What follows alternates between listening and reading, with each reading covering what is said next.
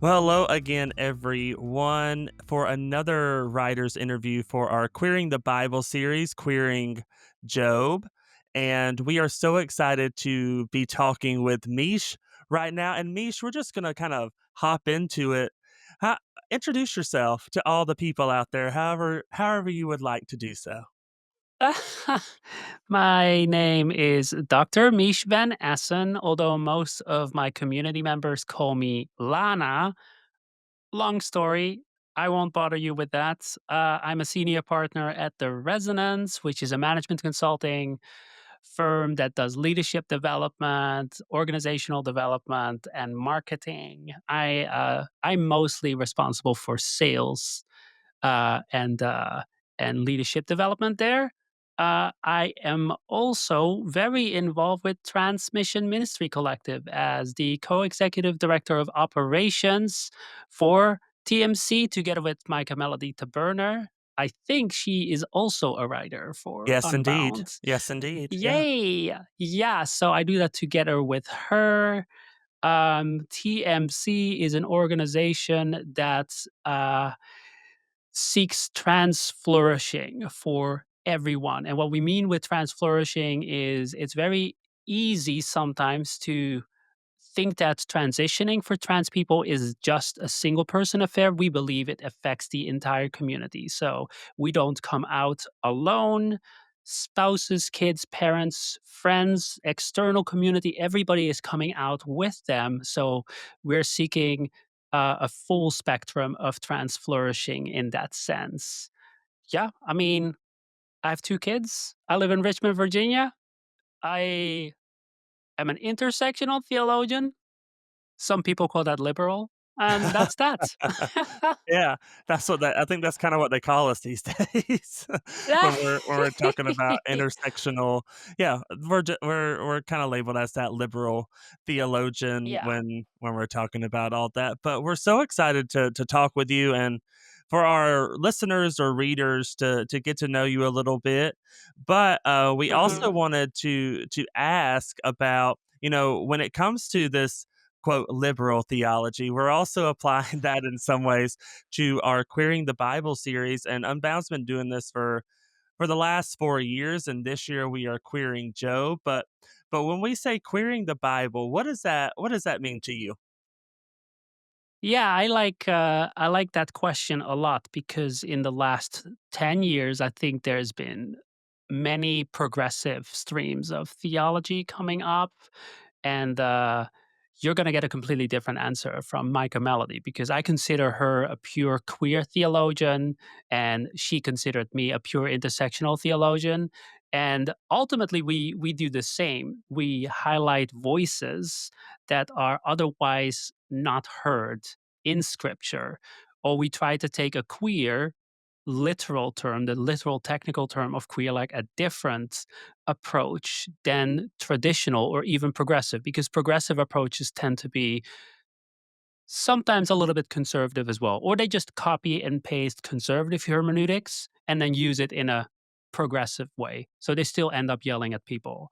And I feel that queering the Bible is using a specific queer hermeneutical lens to see, okay, since we know what hardship feels like, systemic oppression feels like, but we also have no scarcity of love. We're not limited by cultural bounds. We're kind of unbound, if you will. We have a completely different interpretation of scripture. So it doesn't matter who you talk to, whether they're an intersectional theologian or a queer theologian, we all agree on one big thing is that we're highlighting different parts and that we have completely different hermeneutics than uh, traditional theology, if you will. Yeah, yeah, and it's just one of those things to where it kind of reorients us, or it even takes us into a completely different space when we're talking about scripture. And I Yes, think it exactly. also kind of, again, it kind of it unbinds us in a way from a lot of the things that we heard. And I really appreciate what you said about kind of progressive, quote, progressive theologies in a way that can also perpetuate It can perpetuate a lot of homophobia, transphobia. It can perpetuate a lot Yes. of these oppressions as well. And I think the one thing Yes. that queer theology can do is to also bring to task this quote, more like maybe more progressive theology in a way that Yeah. we can also kind of to talk about how those spaces can also perpetuate oppression too. And I really appreciate that. Yeah. Absolutely. Yeah, and so we are queering Job, and Job is one of those Yes. books. It's one of my favorite books of the Bible, and Says no one. I'm impressed. well, I'm in many ways I'm a big cynic, and a lot of people, if you know me, like I can be very cynical, and Job is one of those books that it doesn't kind of tie things in a bow. It doesn't kind of make a happy ending in some ways. It kind of gives you a scenario, and this is how life is sometimes. Yeah. But Yeah. it does speak to suffering, and it speaks to a lot of things in our world that we don't have answers to. But when we're Yeah. bringing this queer lens to the text, I wonder what have you uncovered in your commentary? So you'll be writing on the fourth chapter, but what kind of has been uncovered for you when it comes to queering the book of Job, which is can be kind of difficult, I think. Yeah, I actually enjoyed it a lot. I do love Job a lot, both as a theologian, oldest piece of text that we have in Scripture, but also the overall message. You don't necessarily have to be religious to see what's going on here, right? We have Job, who is considered a righteous person. The text itself says so, and then we move on and fast forward to the end, and the answer is essentially it is what it is. So you don't need God to understand that message. So this is a very universal message Mhm. with how do we sit with suffering, and how do we um what kind of hermeneutical lens do we use to talk with our friends, if that makes sense. Yeah. So, specifically, Job 4 was very interesting because we are dealing with Eliphaz's retribution theology. So, I really much likened it to the HIV crisis, the COVID crisis, where it was very quickly people got the blame. And this retribution theology also has this blame theology built in. And it's often presented as self evident. So at some point, Eliphaz says now, who being innocent has ever perished? Like right away saying, no, this probably is because of yourself. And at some point, further in that same verse, he says, as I have observed, meaning it's self evident, those who plow evil and those who sow trouble reap it, which is where we get the saying, you reap what you sow.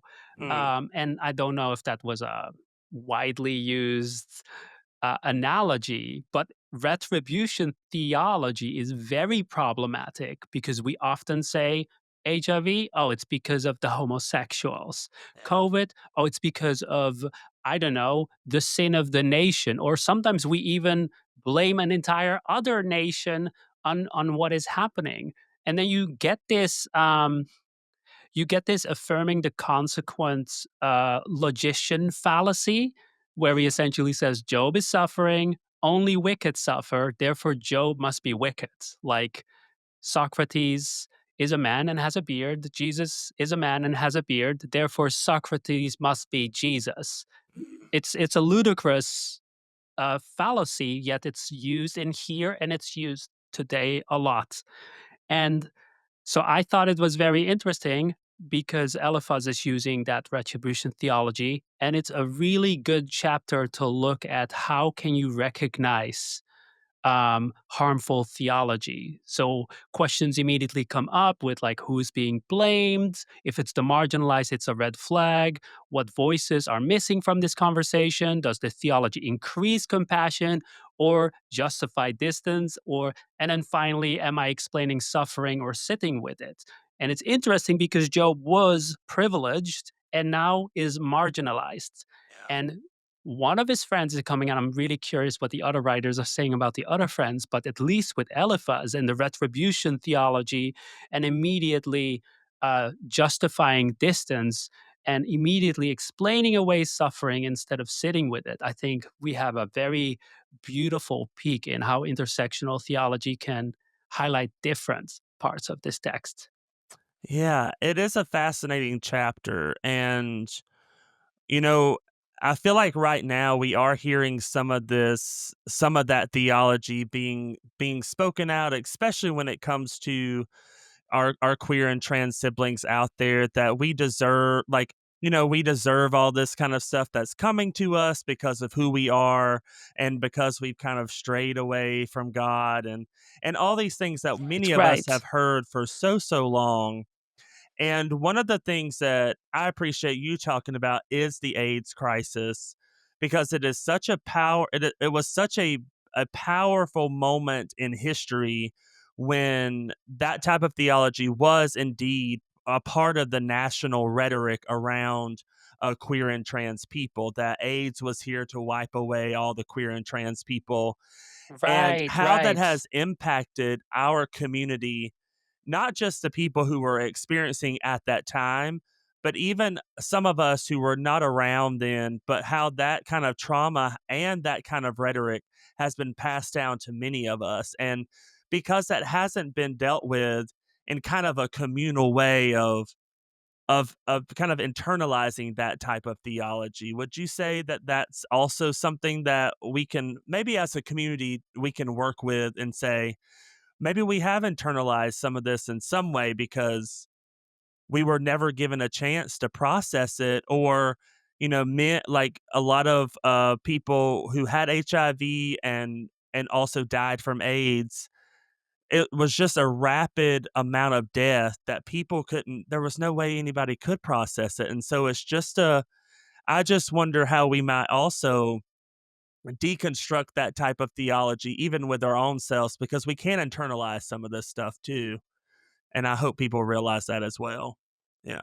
Absolutely. Yeah, you're touching on one of the core thing of what Kimberly Crenshaw talks about with her definition of the term intersectionality, something that she calls injustice squared, and that's exactly what I see happening here. Any person, doesn't matter, any person with HIV is in a very complex situation. It's a very painful piece of news to hear the doctor say, "Hey, we just did a rapid test. You have HIV." Of course, we got better medicine for it, etc., etc. But it's still very. Um, do you hear the helicopter above me? No. Oh, wow, good, Yeah. good noise canceling. um, so it's already terrible to hear that you get HIV, even though there's better medication for it, and the life expectancy is very good living with HIV currently. That being said, if you're then also gay and have HIV, now you having to deal with that injustice squared, especially if you're from that period in the 80s and the early 90s. So now you don't only have something that you have to deal with that's hard for everybody, but now there's an intersectional um, identity that is being brought into the mix that makes this injustice squared, because people who are gay, especially in the 80s and early 90s, already have it tough. And now they have it tough because they're gay. Now they have it tough because they have HIV. Now add on more intersectional identities to it. What if they're trans? What if they're black? And that becomes injustice squared or injustice cubed. And what I think what we can do with this is not necessarily, oh, Lana, that's so beautiful. Now give us the solution. I think it's the opposite. We need to sit in it. We need to grieve with it. And we need to, like Eliphaz should have done, right? Sit with these feelings and have friends and community that can sit and grieve with us so we can slowly heal from all this injustice that many of the queer community is encountering right now.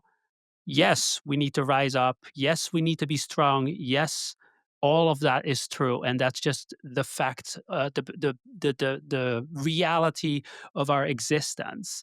But at the same time, we should be very, very kind to ourselves and allow us to sit in that trauma and that suffering and that grief, and recognizing that an entire generation is traumatized because of that and will be traumatized 10 years from now because of all the trans hate that is happening today. Yeah. And whoever is the hot topic 10 years from now. So we have this continual traumatization of complete people groups.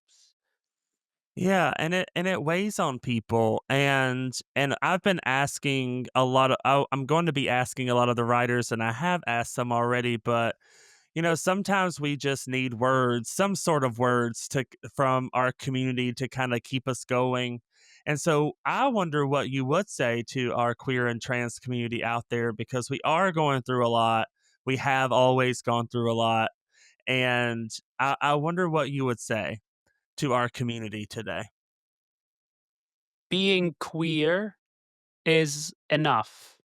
So, and what I mean with that is you are enough as a person, but also there is so much cry for attention to social justice and so much demand in the progressive space, policing, if you will, of how we interact with social justice and how we do social justice, that it oftentimes feel that on top of being queer, you now also have to come up for your own rights. Hmm. You are enough. Other people need to do that. Like Dr. Bettina Love has a very beautiful talk about this on what it looks like from becoming a bystander to a co-conspirator. We don't have to be allies. It is about us. So that's my message for queer people, and the message for non-queer people or allies is you are not called to be Eliphaz. We are called to build bridges. Like, we cannot deport 73 million Republicans. We need to talk to them, but queer people do not need to talk to them. Allies need to talk with them in order to become a co-conspirator. That's what needs to happen. And it's much more than, putting a rainbow flag out there. It's much more than, Yeah. putting something on Facebook and social media when Pride comes around once a year. I Yes. tell Yes, allies all the exactly. time, it's now more than ever, we need you to show up. Many of us are exhausted, many of us are tired, and many of us in times such as this, it's very dangerous to, in some ways, stand up for our own rights. And so Right. it is upon these so-called allies who will define themselves as such Yeah. to Yeah. actually stand up and do the work is what I Exactly. continue to say. And so I appreciate that, and echo that all day long. And Mish, we are so grateful that you had the time to join us, and thank you so much for writing for Queering the Bible, Queering Job, and thank you Yes. being part of the now Unbound family. We really appreciate it. Yay. Yes, thank you for having me, and thank you for listening to Trans Voices. I'm really appreciative of that.